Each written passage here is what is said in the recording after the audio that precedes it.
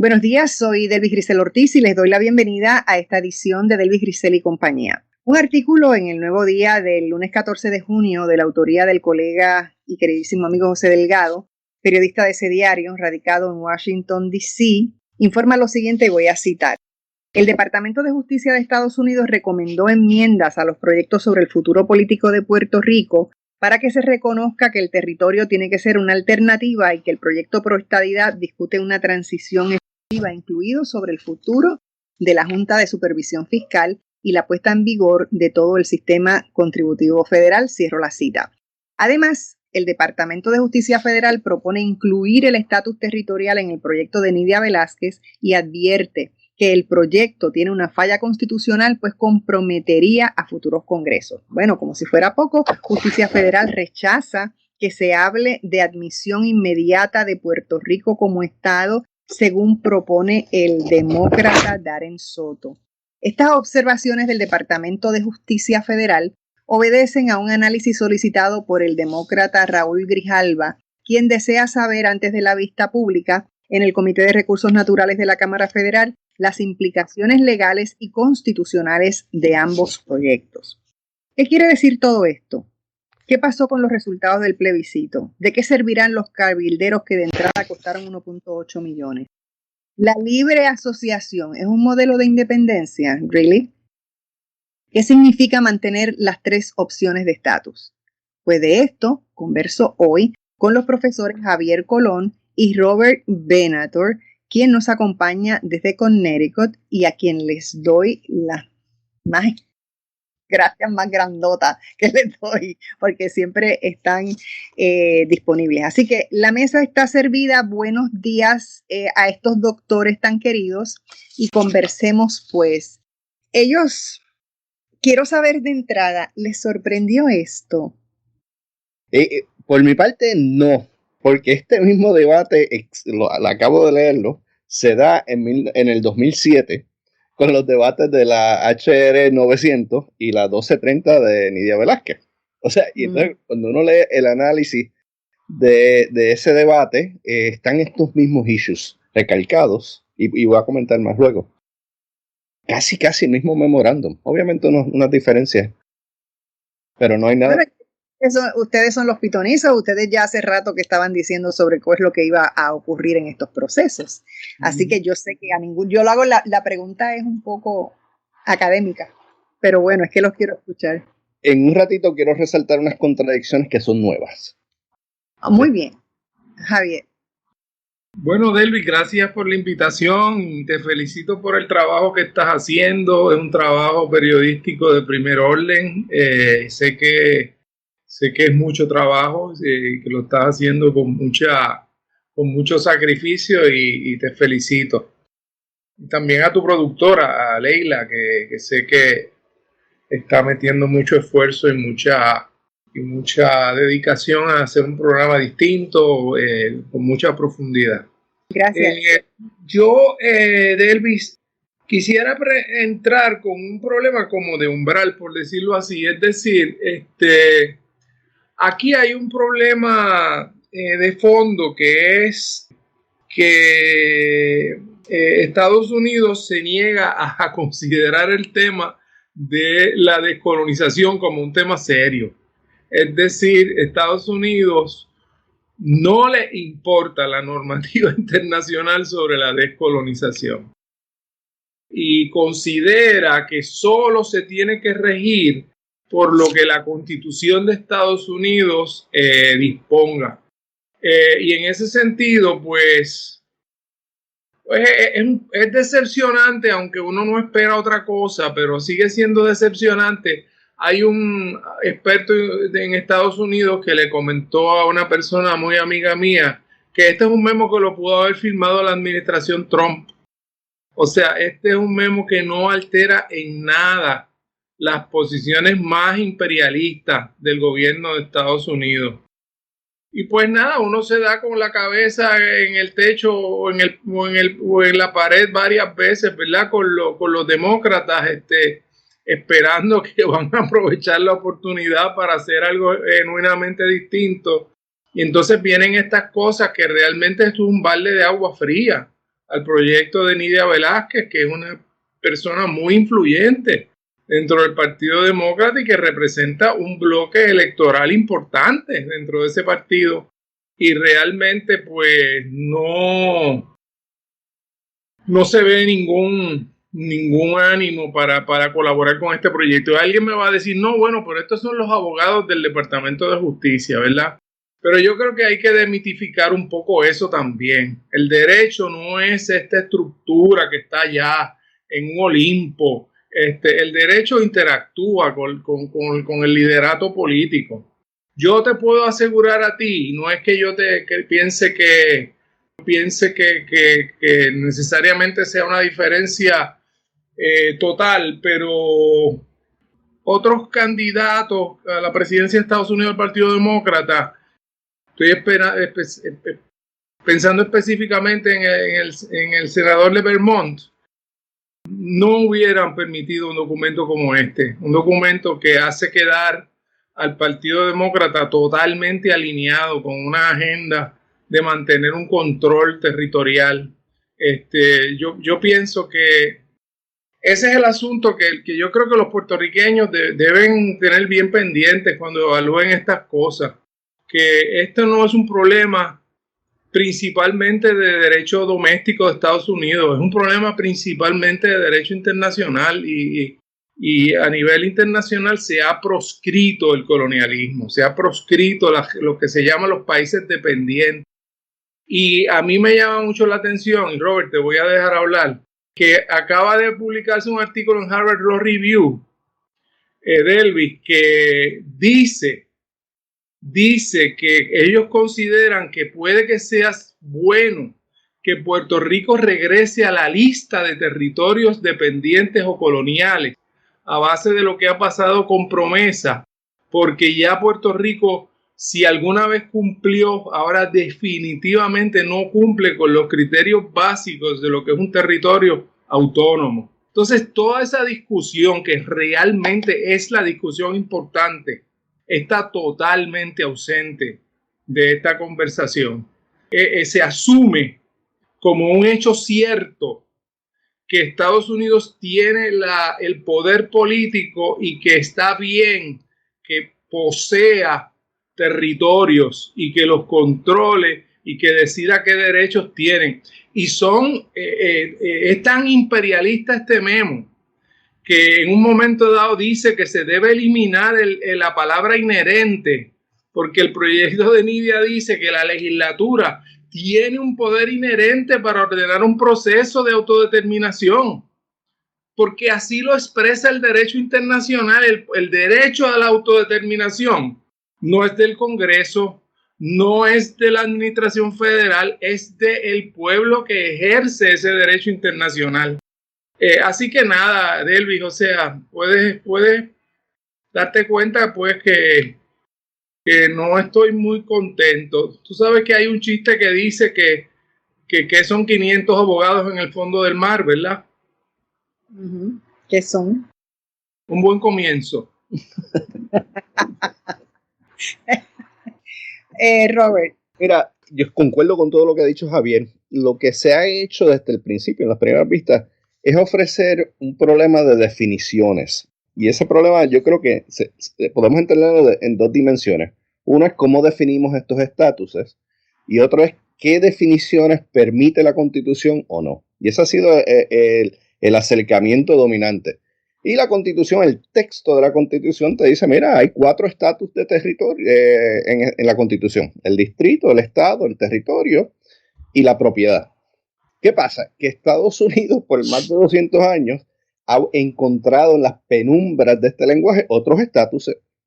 Por ejemplo, el territorio no incorporado no existe en esa distinción entre incorporado no existe en la Constitución. ¿Cómo me van a decir entonces que hay que ser fieles al texto de la Constitución cuando simultáneamente están afirmando algo que no existe?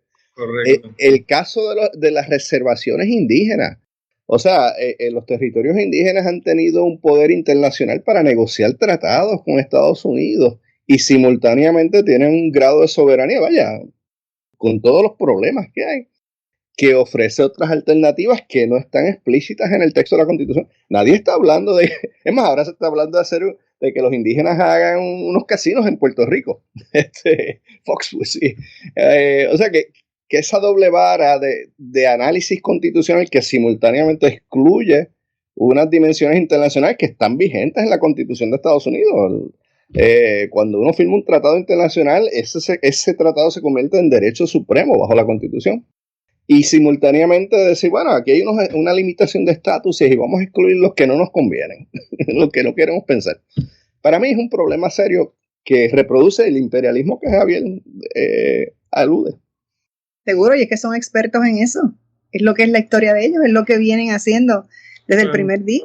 Son expertos en eso y entonces se llaman democracia con un orgullo tremendo. Javier. Deli, pero mira, yo creo que el propio hecho de que el Congreso haya pedido este estudio a Justicia Federal demuestra que el Congreso no tiene un nivel de voluntad alto en esto. O sea, ¿puede el Congreso mover a una jurisdicción a la independencia? Sí, lo hizo con Filipinas. ¿Puede el Congreso crear pactos de libre asociación? Sí, lo hizo con el Pacífico. ¿Puede Estados Unidos admitir nuevos estados? Pues claro, ya son 50. O sea, ¿qué pregunta es esa?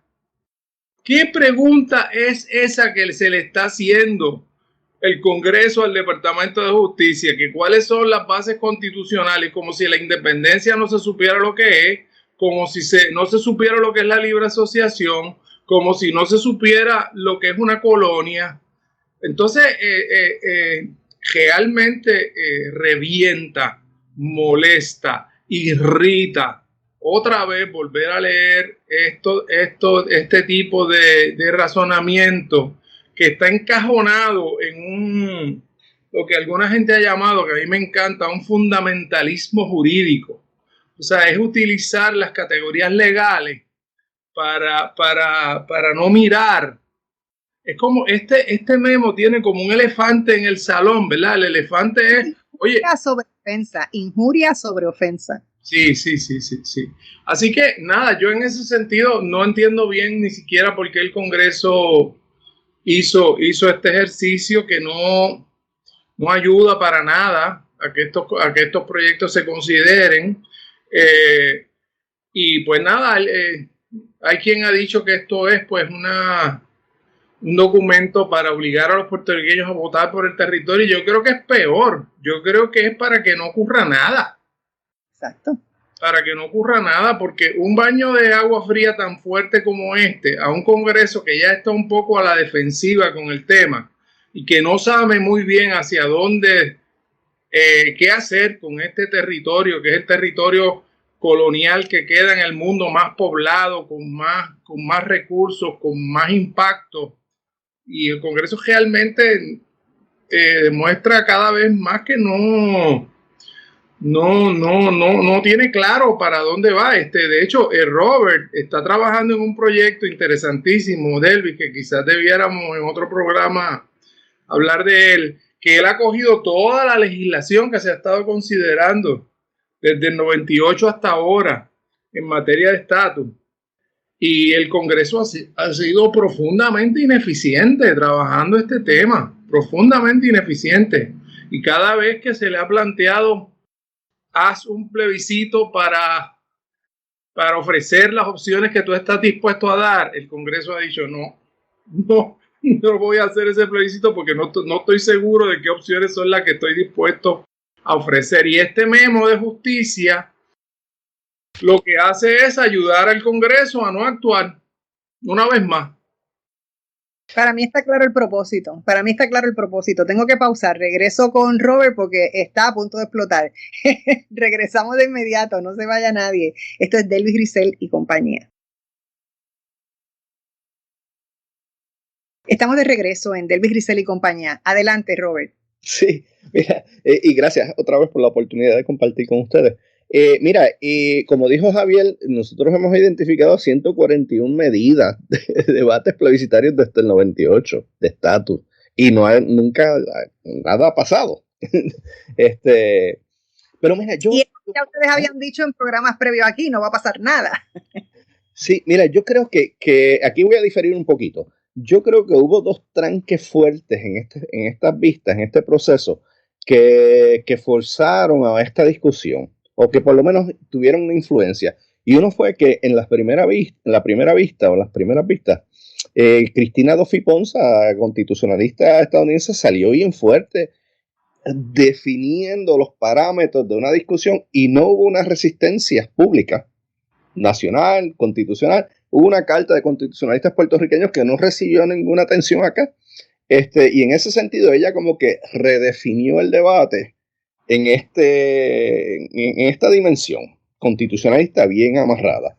Y al no tener una respuesta, pues yo creo que ella ha seguido definiendo los debates. Es más, ella ahora en las vistas del miércoles está otra vez invitada, porque no ha habido una respuesta constitucionalista a la par. Yo creo que Rafael Cox Salomar le va a ofrecer una. Ahora va a estar Cox Salomar también, sí, que eso va a ser interesante. No, y yo hice un foro una vez con ellos dos y salen las chispas. El segundo issue para mí que me ha tenido un poco, no sé, me ha dado pausa, es que en las vistas sobre los casos insulares, Samoa Americana y las Marianas salieron en defensa de los casos insulares como una alternativa para darles una flexibilidad, una libertad para hacer lo que quisieran. En el caso de Samoa, para mantener una monarquía. Y yo creo que eso abre la puerta para algunos legisladores decir, bueno, Puerto Rico puede hacer lo que quiera dentro de ese enmarcamiento de los casos insulares, como lo está haciendo Samoa y las Marianas. Y paraliza el debate al insistir con la opción territorial, que no es una opción territorial, es una opción de territorio no incorporado. Correcto. Una distinción que nadie, pues le abre las puertas a los populares en Puerto Rico si se deciden, porque ese es otro problema. Vamos a explicar un poco esas diferencias entre incorporado y no incorporado para beneficiar a las personas que nos escuchan. Sí, mira, esto es un estatus que se inventa entre el 1898 y 1901, que le permite a Estados Unidos, le da una flexibilidad a Estados Unidos para gobernar a Puerto Rico y a cualquier territorio no incorporado o designado. Y actualmente hay 16 territorios no incorporados dentro del marco, que le permite gobernar a los territorios no incorporados como territorios extranjeros fuera de Estados Unidos para ciertas cosas. No garantiza la estadidad, y los tratan como una posesión y no una parte de Estados Unidos. Y simultáneamente le permite al gobierno de Estados Unidos determinar qué leyes se aplican, qué partes de la Constitución se aplican o no. Y le da una flexibilidad inmensa a Estados Unidos para gobernar estos territorios. Luis, para reiterar, ¿verdad?, un poco lo que planteé al principio, porque me parece que es importante reafirmarlo. Cuando Estados Unidos toma Puerto Rico como territorio, no hay ninguna institución fuerte de derecho internacional que le diga a los países, tú puedes hacer esto o no puedes hacerlo. Existe un derecho a la autodeterminación, el colonialismo no debe prevalecer. Así que el derecho internacional, en cierto modo, ayudó al imperialismo, porque el uso y costumbre era que los países más poderosos de Europa tomaban posesiones, controlaban los territorios y los iban civilizando, civilizando entre comillas, ¿verdad? Iban trayendo las instituciones occidentales a esos territorios. Entonces, el derecho internacional no tenía mucho que decir, ¿verdad? Eugenio María de Hostos insistía en que eso no debía ser así, que Puerto Rico debía tener un derecho a decidir, etcétera, pero fueron voces que fueron totalmente acalladas, ¿verdad? En el siglo XX se produce una gran transformación. Y la transformación es que se reconoce la colonización, el colonialismo como un gran mal. Y se establece una carta magna de la descolonización y se establece un comité de descolonización.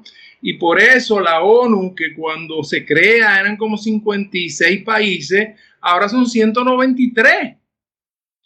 Porque eran colonias que fueron reivindicando su derecho a la independencia, que es el derecho que prefiere el derecho internacional como solución al colonialismo. No es la única, pero es la preferida, ¿verdad?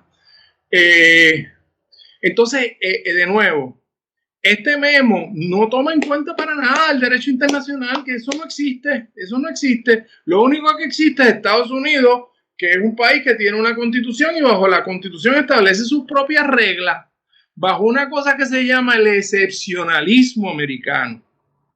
Y ese excepcionalismo americano a uno le preocupa mucho porque es que el que se usa a veces, Delvis, para decir tenemos que ir a Irak a hacer el democrático Irak, ¿ves? Aunque sea a la fuerza, aunque sea a través de una invasión militar, etcétera. Entonces, lo interesante aquí, con esto cierro porque sé que estoy participando demasiado hoy, cuando bueno, para participar a lo que viniste aquí. No, yo sé, pero no quiero quitarle espacio a Robert tampoco. Cuando no te preocupes. Cuando surge el colonialismo en el 98, el gran problema no es el derecho internacional.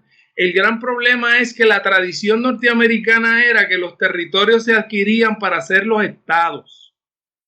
Y por eso es que hay que crear una nueva categoría, que es el territorio no incorporado, que es el territorio que adquirimos porque tiene valor económico, tiene valor geopolítico, nos va a ayudar a preservar el canal de Panamá, etcétera, etcétera, etcétera, pero no está dirigido ni tiene condiciones para ser Estado. Por eso es que el Tribunal Supremo se inventa esa categoría. Pues, ¿qué uno piensa? Pues que ya en el siglo XXI Estados Unidos debiera empezar a decir, oye, ¿verdad? Todo eso es verdad, pero ahora existe un derecho internacional que limita nuestras opciones. Pero por alguna razón ese umbral no se cruza, entonces eso crea.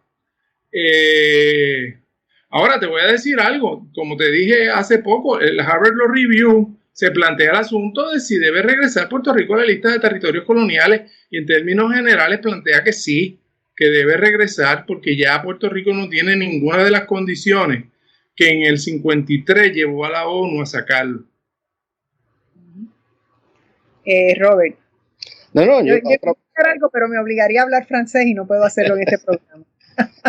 No, concuerdo. Después de el caso de Sánchez Valle, ahí ese caso, que es el primer caso que se cita en la crítica al caso a la legislación de Nidia Velázquez, ya se establece que Puerto Rico no cumple los requisitos para estar excluido de la lista de colonización. Fíjate, a mí lo que me preocupa es que no ha habido suficiente movimiento, tanto en la diáspora como en otros lados, para utilizar este debate de estatus como una especie de vehículo para empezar a confrontar todas estas crisis en Puerto Rico. O sea, este debate de Luma, como te mencioné previamente, acabo de oír una presentación del abogado Manuel en Puerto Rico, buenísima, en la revista Categoría 5, una nueva revista, que me pausó, porque es que yo leo los periódicos todos los días y esta información tan básica no está disponible para el lector, ni en la radio ni en los periódicos.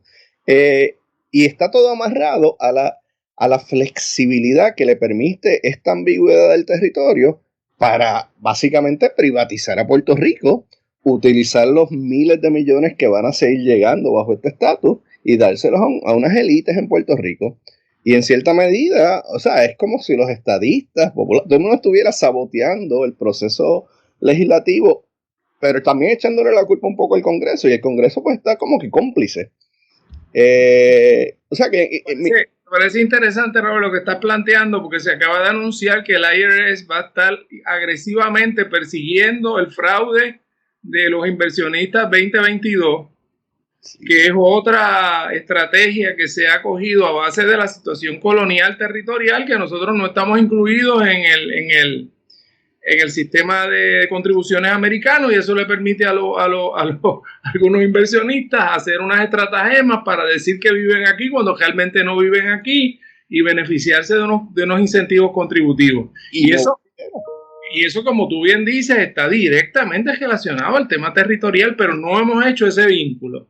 Pues resalto esto porque es que la crítica del Departamento de Justicia habla, entre otras cosas, a la legislación de estadidad, habla de esta continuidad de promesas y la Junta, que no solamente está facilitando la privatización de bienes en Puerto Rico, que jamás se permitiría en un estado de Estados Unidos, O sea, los estadistas en Puerto Rico no saben qué es la estadidad en Estados Unidos y están hasta en contra. Pero es interesante ver cómo se plantea la posibilidad de que una vez Puerto Rico sea un estado, o sea, el Departamento de Justicia, se pueda mantener una especie de transición que le permita a la Junta seguir vigente.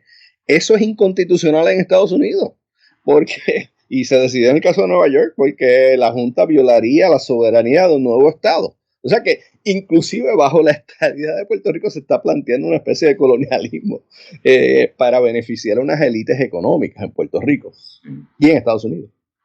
Uh-huh. Voy a hacer una pausa y regresamos, y también hay que hablar lo que dicen ellos sobre la Junta y sobre cómo aquí para allá, entonces está muy interesante también. No se vaya nadie, regresamos en breve.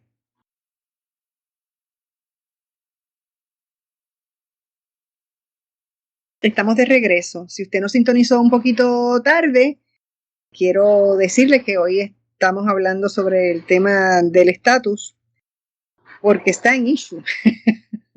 Así que converso hoy con los profesores Robert Venator, que nos acompaña directamente desde Connecticut, y el profesor Javier Colón Morera. Continuamos. Entonces, ¿qué podemos esperar? Bueno, yo creo que ahora, o sea, una cosa interesante que yo creo que es muy positiva es que esta legislación no solo la está apoyando Nidia, sino la está apoyando Ocasio-Cortez.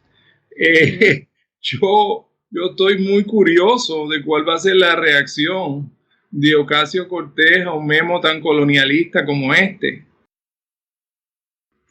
Y en ese sentido, Delis, pues tengo que decirte que lo peor que le podría pasar a Puerto Rico es que estos temas no se estén discutiendo y se están discutiendo. Yo creo que en ese sentido es positivo, ¿verdad? Aquí hay un tranque que es fuerte, que hay un tranque a nivel del gobierno de Puerto Rico, hay a nivel de se deben pagar los cabilderos estos que el gobierno de Pierluisi está tratando de impulsar. El hecho de que esa votación de los cabilderos pues fuera un 4 o 5% del electorado no ayuda mucho a crear ningún tipo de momentum en esa dirección. Pero por otro lado, la desarticulación del Partido Popular es espantosa. O sea, el presidente del Senado se alegra de que se esté ofreciendo el régimen territorial y de pronto dice que ser territorio es ser ELA y que es lo mismo. Entonces, eso es un desastre. Que en ese sentido, pues, tú me preguntas qué va a pasar y lo que yo te puedo decir con certeza es que este memo está dirigido a que no pase nada. Y aquí van a tener que salir algunas voces que yo sé que existen dentro del gobierno de Estados Unidos que sí saben que Puerto Rico va en una dirección que no le sirve bien a los intereses de Estados Unidos porque se está creando demasiada dependencia, demasiada pobreza. Aquí vino el relator de pobreza de la ONU, hizo un informe bastante duro sobre los niveles de pobreza en Puerto Rico.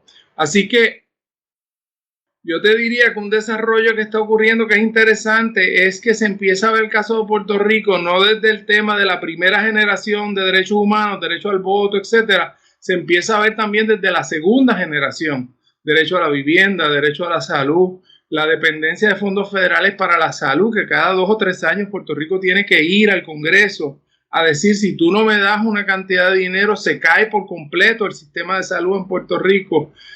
Eso no es una situación de cosas que... O sea, hay que recordar en los tiempos en que Puerto Rico era una especie de modelo. Era algo que Estados Unidos se sentía un poco orgulloso de traer aquí. ¿Te acuerdas, Robert? Cuando el proceso de traer funcionarios a todo el mundo a ver el milagro económico, etcétera. Puerto Rico se está convirtiendo en una especie de modelo a no seguir. Y a mí me sorprende un poco, no sé qué tenga que decir Robert de esto, pero yo hubiera esperado una administración Biden más consciente de los soft issues y del poder de la influencia, ¿verdad? Este es un memo, repito, que pudo haber escrito la administración Trump. Aquí no hay ninguna diferencia. Y eso llama la atención porque uno pensaría que dentro de una perspectiva más inteligente de las relaciones internacionales, Estados Unidos estaría apostando a aumentar su poder suave, su poder de liderato. Y estas cosas no ayudan. Robert. Sí, mira, yo concuerdo con todo lo que ha dicho Javier. Lo que a mí me está intrigando un poco es que, y esto es de aquí un análisis un poquito empírico. Cuando yo veo la historia de la legislación, está claro, aquí no hay, y esto es algo que debe ser normal, que cuando hay un gobierno unificado, o sea, Senado, Cámara Baja y presidente de un partido, pues todo se mueve. O sea, la legislación plebiscitaria o de estatus se mueve. Vaya, no ha llegado muy lejos. O sea que estas son las opciones. Hay un gobernador que se identifica como demócrata en Puerto Rico, con unas relaciones muy buenas. Hay una Casa Blanca que tiene gente estadista y hay una legislatura que pues es demócrata y se mueve. Y cuando leo el memo que se escribe en contra de para revisar la medida de estadidad, me choca un poco el énfasis otra vez en la continuidad de la Junta. Porque otra vez, como dice Javier, aquí hay una oportunidad con tantos miles de millones de dólares que están llegando a Puerto Rico. Hay una oportunidad de reconstruir a Puerto Rico de una manera eficiente, que le lleguen beneficios al pueblo. Y lo que estamos viendo Luma es el ejemplo de lo que no está pasando, de la corrupción abierta, pública, bajo unas circunstancias bien favorables. Yo creo que Bernie Sanders, como aludió Javier previamente, Bernie Sanders apoyaría y Alexandria apoyaría una reconstrucción de Puerto Rico para beneficiar a Puerto Rico. O sea que hay unos sectores, y Biden tiene el oído de Bernie Sanders. Hay unos sectores que están dispuestos a ayudar a Puerto Rico, pero simultáneamente hay como que una especie de tranque. No sé si es la corrupción o que hay tanto dinero envuelto que está paralizando este debate. O de todo un poco. Todo un poco. Javier.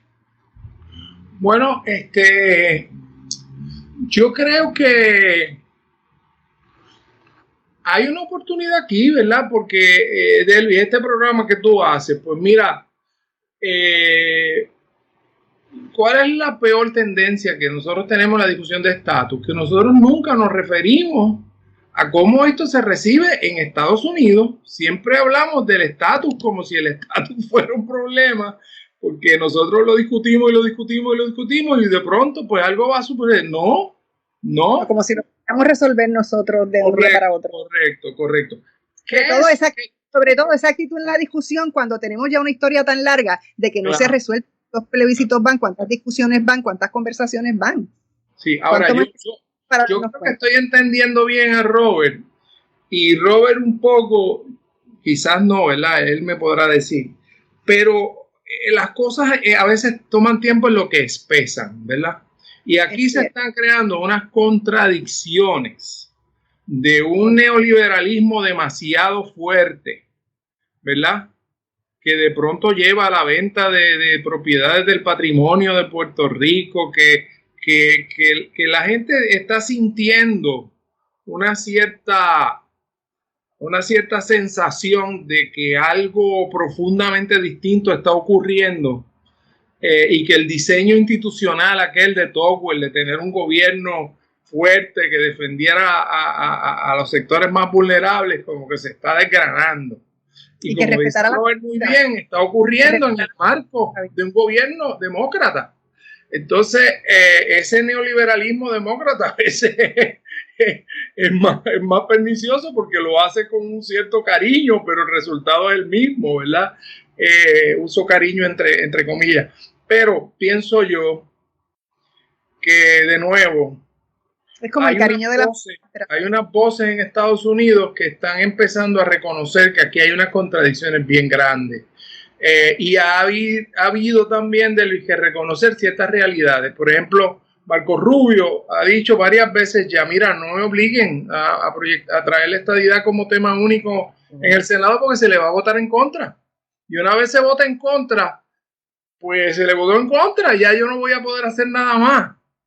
O sea que esas realidades, si nosotros logramos que la gente se sintonice con la conversación real que se está llevando a cabo en Estados Unidos y no con la conversación que nosotros nos imaginamos que está ocurriendo, pues yo pienso que puede llevar a unos nuevos consensos aquí y allá. Pienso que sí. Robert.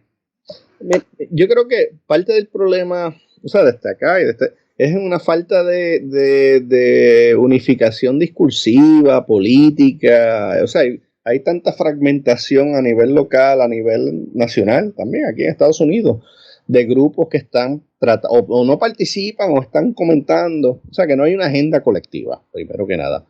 Pero otra vez, yo creo que concuerdo con Javier, que es que en su análisis de lo que yo estoy diciendo, que es que yo veo tantas contradicciones, porque este es el momento propicio para resolver el problema. Vienen miles de millones de dólares, hay un gobierno unificado, hay un liberalismo que ve que ve posibilidades para Puerto Rico, y como que no se está, o sea, como que está lleno de contradicciones, como que hay intentos de poner estorbos o parar cualquier movimiento. Y en pero Robert, la única aclaración que te haría es, no aclaración, sino que realmente el gobierno federal es un gobierno unificado en este momento. Realmente ese control que tienen los demócratas del Senado realmente es un control confiable. Fíjate cómo no han podido ni siquiera aprobar la legislación para garantizar el derecho al voto en los estados, porque Manchin se ha negado. O sea, que es un partido demócrata también. Esto no es el partido del Nuevo Trato, de Rupert. No, claro. Es frágil. Esa unificación es frágil. Sí, sí. Pero para este issue, yo creo que hay posibilidades. Lo que pasa es que cada vez que sale un comentario es como que para parar esas posibilidades. Hay intentos de estabilizar, resolver el issue político. Y a mí me... Porque saben darle la vuelta a las cosas, como te he dicho, lo hacen con su propia constitución, con los propios issues de ellos en Estados Unidos, pues cómo no lo van a hacer con nosotros. Tengo que pausar, regresamos en breve.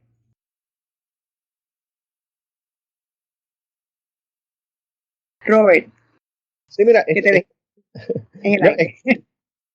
debate a mí me recuerda a, yo tuve la oportunidad de participar en el caso versus Tuaua versus Samoa, o versus Estados Unidos, mejor dicho, que pues se estaba buscando darle el derecho a la ciudadanía a los residentes de Samoa, bajo la 14ª enmienda. Y la administración de Obama peleó ferozmente en contra de esa decisión, protegiendo los derechos de Samoa, o esa era la posición de ellos. Pero para mí lo que representaba era que la administración de Obama estaba defendiendo esa flexibilidad que pedía Samoa, utilizando una jurisprudencia racista. O sea, Obama está usando una jurisprudencia racista para proteger el derecho de la monarquía en Samoa. Y yo estoy viendo pues que está volviendo a resaltar esa lógica bajo la administración de Biden. Este memo lo que hace para mí es reafirmar esa lógica, que pues lo que hay que buscar aquí es flexibilidad, cualquiera que sea la decisión, para mantener unos negocios en Puerto Rico y una agenda de privatización neoliberal.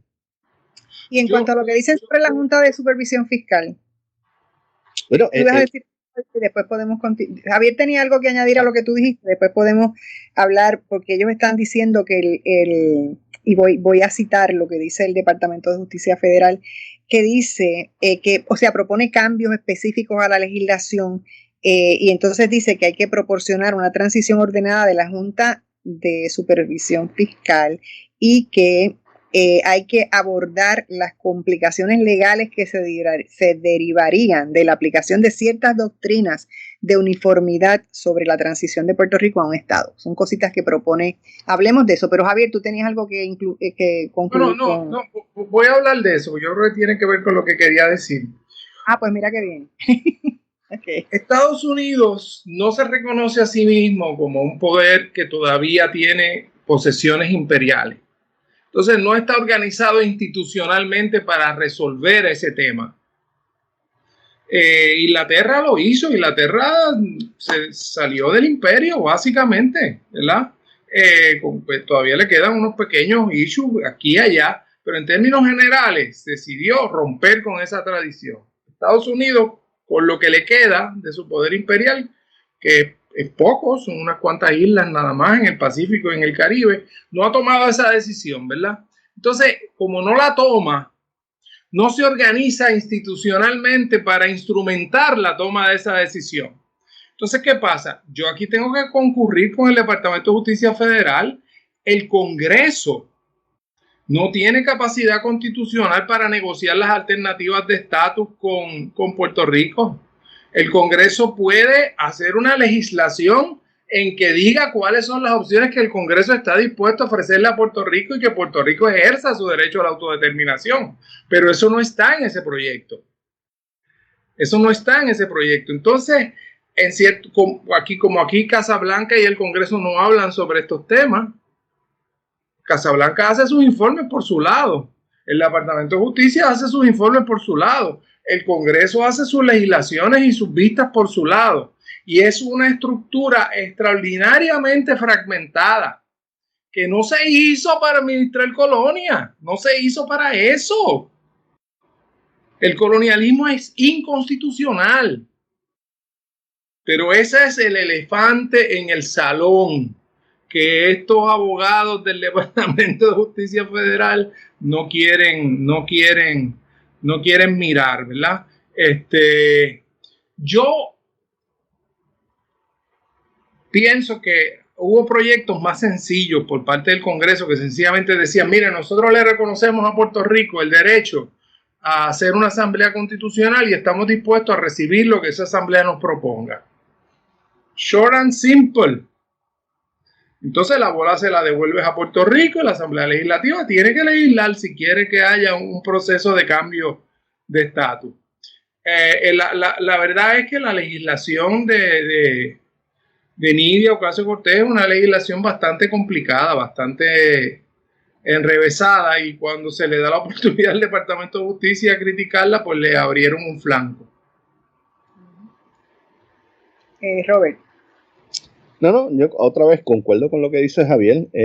La preocupación mía, y es otra vez volviendo a ver qué tipo de posiciones se van a plantear de Puerto Rico ante esto, y yo lo que veo es un silencio total. Tú sabes, sí hay mucha gente hablando de estadidad, pero simultáneamente están saboteando la estadidad en Puerto Rico con estos procesos de privatización. Y otra vez, volviendo al issue económico, yo me pregunto si la preocupación con mantener la Junta es consolidar una especie de privatización de bienes en Puerto Rico para que venga estadidad o lo que sea, que yo no creo que se va a mover en ninguna dimensión, que ya haya un sistema en pie para controlar pues 20, 30 mil millones anuales que llegan en subsidios a Puerto Rico. Otra vez, yo no creo que esto se va a mover en ninguna dirección, y para mí es evidente que como no hay una especie de demanda local, no se va. Estos son debates que se están dando aislados en el Congreso y entre académicos. No es un debate público. La gente está más preocupada porque no tiene electricidad, que el gobierno y le están tratando de quitar el retiro digno, y las cosas están caras en Puerto Rico. Y en ese sentido, pues tampoco veo como que mucha preocupación en Puerto Rico con lo de estatus. O sea que esto es en cierta medida con la Junta de Planificación, que también hay muchos issues ahí. Sí, esto es parte de un circo que se sigue dando. Lo que pasa es que si el liderato de Puerto Rico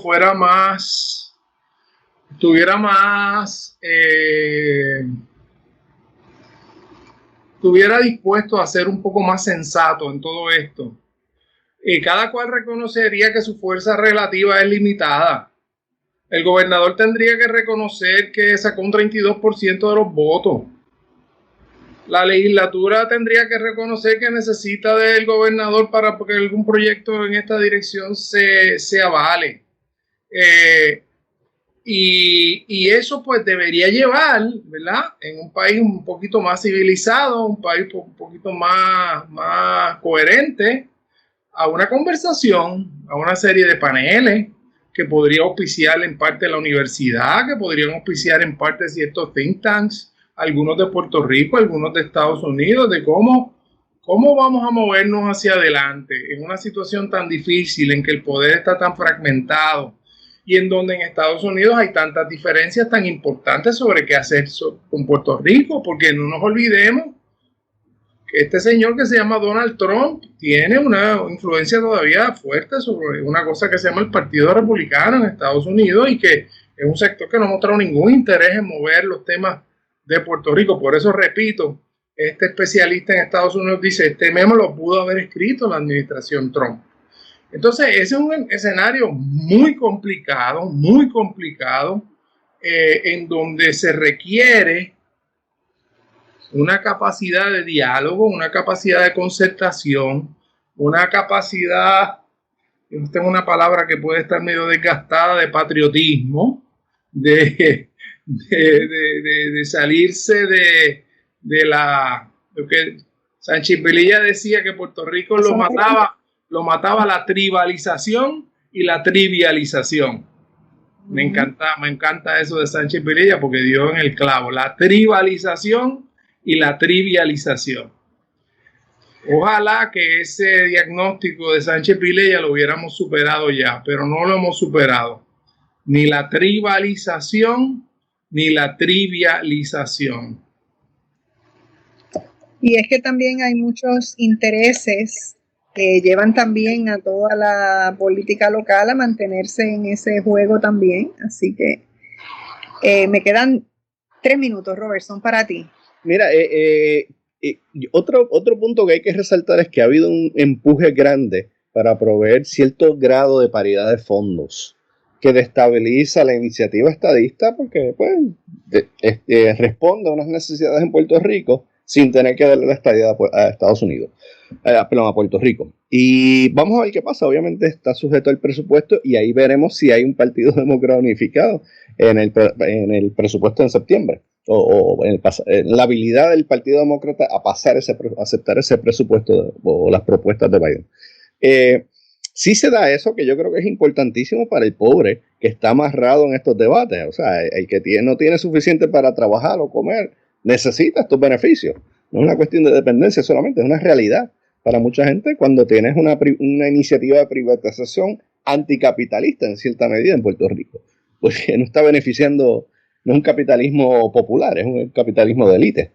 Que en ese sentido yo creo que hay que seguir observando cómo se amarran estos debates de paridad de fondos, de la Junta, de la privatización en Puerto Rico, la fragmentación de liderazgo de grupos comunitarios haciendo reclamos, el silencio a nivel nacional, porque es que yo menciono estos estatus y la gente me mira, ¿de qué estás hablando? Y entonces el intento de normalizar los casos insulares como una especie de alternativa viable, que es lo que yo vi en el departamento, en los memos del Departamento de Justicia, que están validando esa noción territorial a la American Samoa y Mariana y a la ELA, ¿sabes? Ese estatus le da una flexibilidad a Puerto Rico a hacer lo que quiera, dentro de unos parámetros coloniales, obviamente. Pues tendremos que seguir hablando de esto. ¿Qué vamos a hacer?